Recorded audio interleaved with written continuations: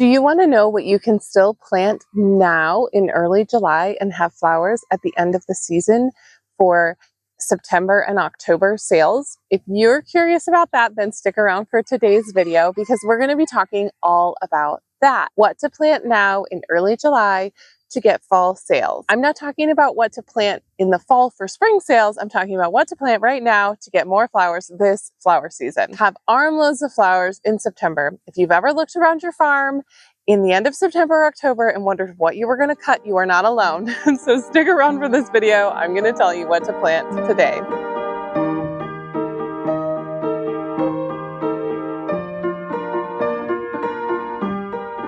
I'm Ruth Ann from Abundant Blooms Flower Farm in Dorr, Michigan, and I have frost-free dates from mid-May until mid-October, and I'm in Zone 6A and located in West Michigan. I sell almost exclusively to florists from my 1-acre farm. I help flower farmers with my online resources learn how to sell flowers as well. Before we get started, I do want to tell you, this is the only time I think I have the opportunity to tell you about this.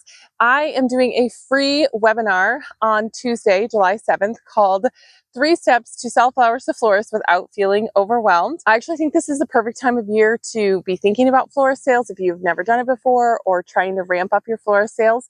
So you're not going to want to miss this free webinar. I don't do them very often live. Actually, this is only the second one. You're not going to want to miss out on that. And there's a link in the description where you can sign up for that. And that's coming very soon. It's at 4 p.m., July 7th, 4 p.m. Eastern time. And I can't wait to see you there. I'm so excited about it. But now let's talk about planting for fall.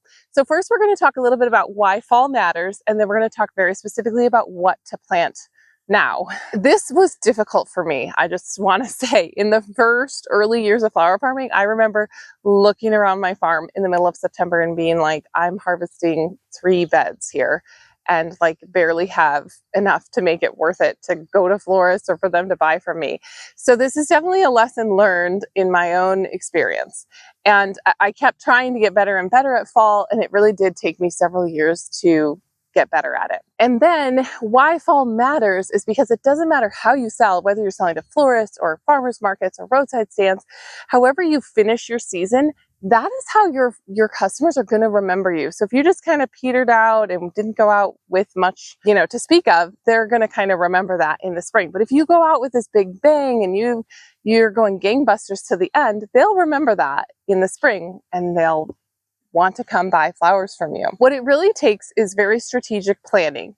And you can still thankfully do things about it right now for this season. I will give you some tips at the end about like future planning and that kind of stuff. But right now we're going to be talking about annuals. So what can you plant right now still? So there are still some flowers that are too late to plant, at least for me, with a mid-October frost date. But there are still some that are really worth planting right now.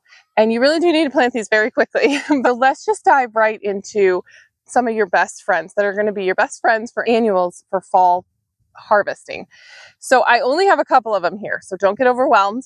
So the first one is sunflowers, and sunflowers are a huge seller in the fall. If you've planted 100 sunflowers a week, I highly recommend you up that to 200 because in the fall, they're just so much more popular and everybody wants them. There's weddings that will want them in the fall and nobody can get enough of them. So sunflowers are like a 50 to 60 day crop. So I actually still plant sunflowers all the way through the 1st of August. So you still definitely have time to plant sunflowers. My favorite varieties are Pro-Cut Gold, Pro-Cut Horizon, Pro-Cut White Light, and some kind of for fall, I plant some kind of a darker color. So either like the Pro-Cut Bicolor or the Pro-Cut Plum. You don't necessarily have to plant both of them. I just pick one.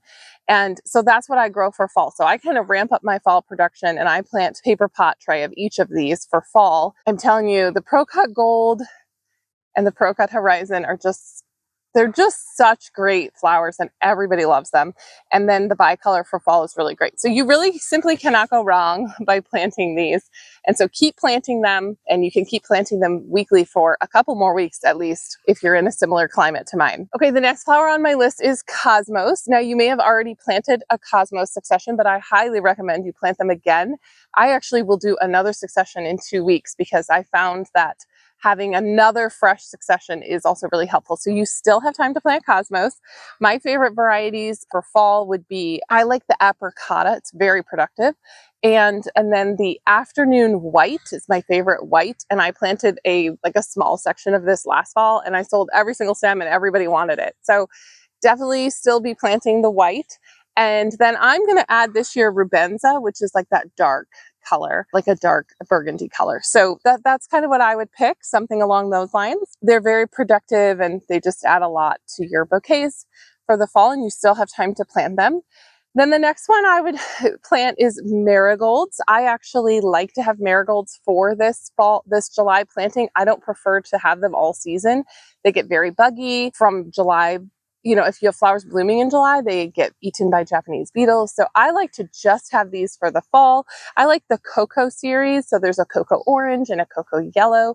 That's what I grew last year. They were extremely prolific, massive, and just were a really great addition. And it's kind of nice to have something new in the fall, like a new flower, and it just gives you like some wind in your sails a little bit. So those were really, really great. You still have time to plant those.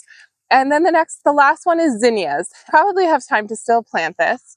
And like I said, if you've already planted successions of this, plant them again. You will just get a new succession with fresh flowers, and everything else will be kind of tired, and these will be blooming. I like the Benares Giant series. You can't really go wrong. It's full of lots of colors. And just to be thinking like fall colors, like the wine and the orange, that kind of a thing. And then the Queen series, or I think it's been renamed the Queenie series.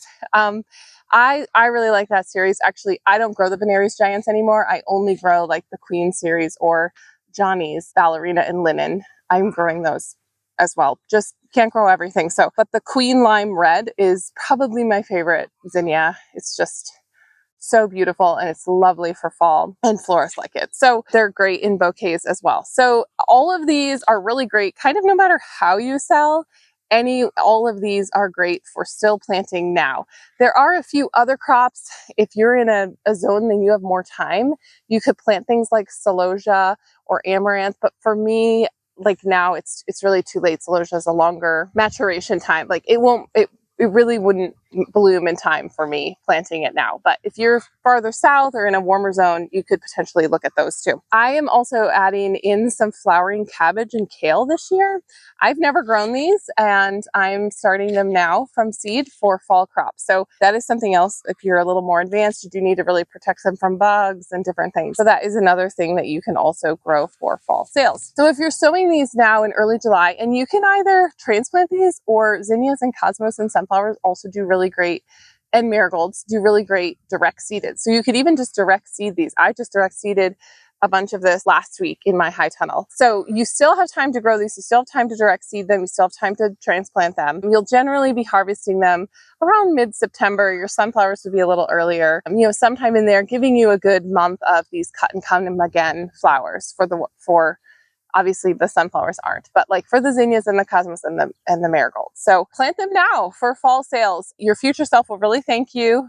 And so if you've got a succession that's looking tired, rip it out and replant. One of the big differences, like if you're in shifting from like a new flower farmer to someone that's really, getting their seasons under them, it just is really helpful to always be thinking like a season ahead. And so that's part of like this thinking. And like I said, I knew this, but I just implemented it. It was really difficult in the beginning. And every year I was like, I'm going to be better for fall. I'm going to be better for fall. It just took a while for me to get good at this. And I still am like always reminding myself, strategically plan for the fall, strategically plan for the fall.